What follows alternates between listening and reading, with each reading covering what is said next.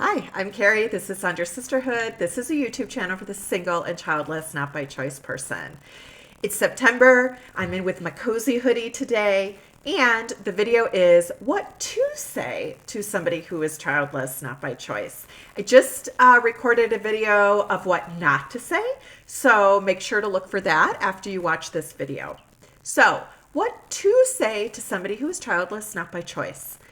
One thing you could say is, what do you like to do for fun? If you're meeting somebody new and you realize they don't have kids, or they tell you they don't have kids, or they say no, they don't after you ask, then press pause in your brain. Don't ask a bunch of intrusive follow up questions. But a question you could ask is, what do you like to do for fun? That's a question that's more about who they are as a person anyway. So it actually gives you more information about who they are. Number 2, ask them, have you traveled anywhere recently? That's interesting. That was fun. Where'd you stay? What'd you do? What was your favorite thing? What made you want to go there? Again, these are questions that will help you get to know this person a little bit more too, instead of assuming that if you're both parents and you must have all of these other things in common. You have one thing in common, but that's all.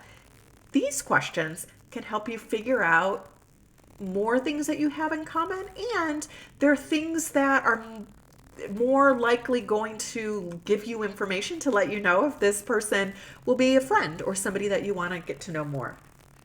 Number 3, you can ask them, have you read any good books lately? Have you seen any good movies lately or TV shows?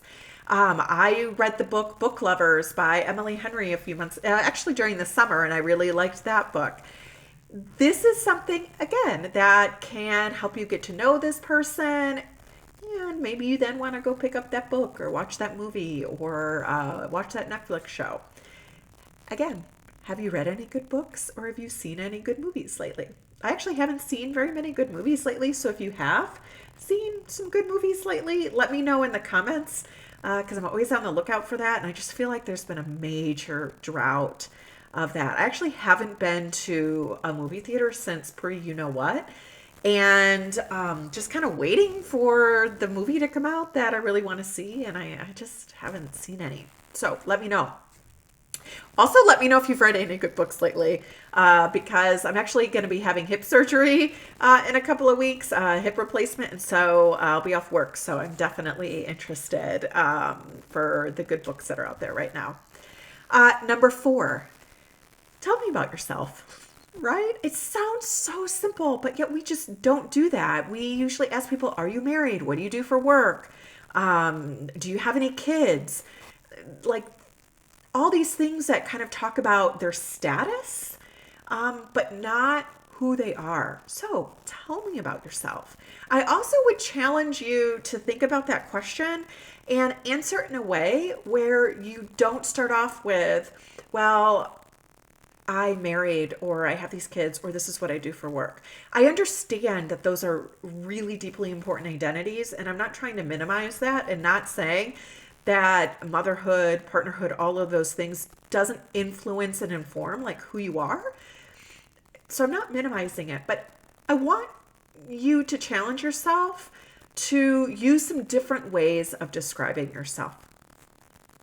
And if you are childless, not by choice, I want you to do the same thing and leave out single or childless, right? Who are you other than those statuses?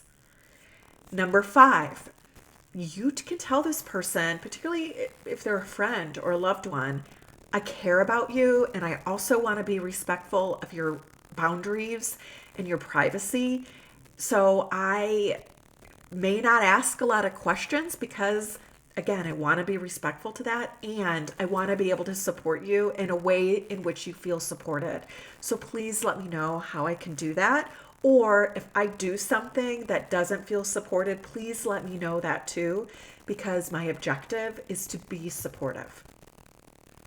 That really lays a foundation of support. Again, maybe that's enough, just knowing that you're thinking about it.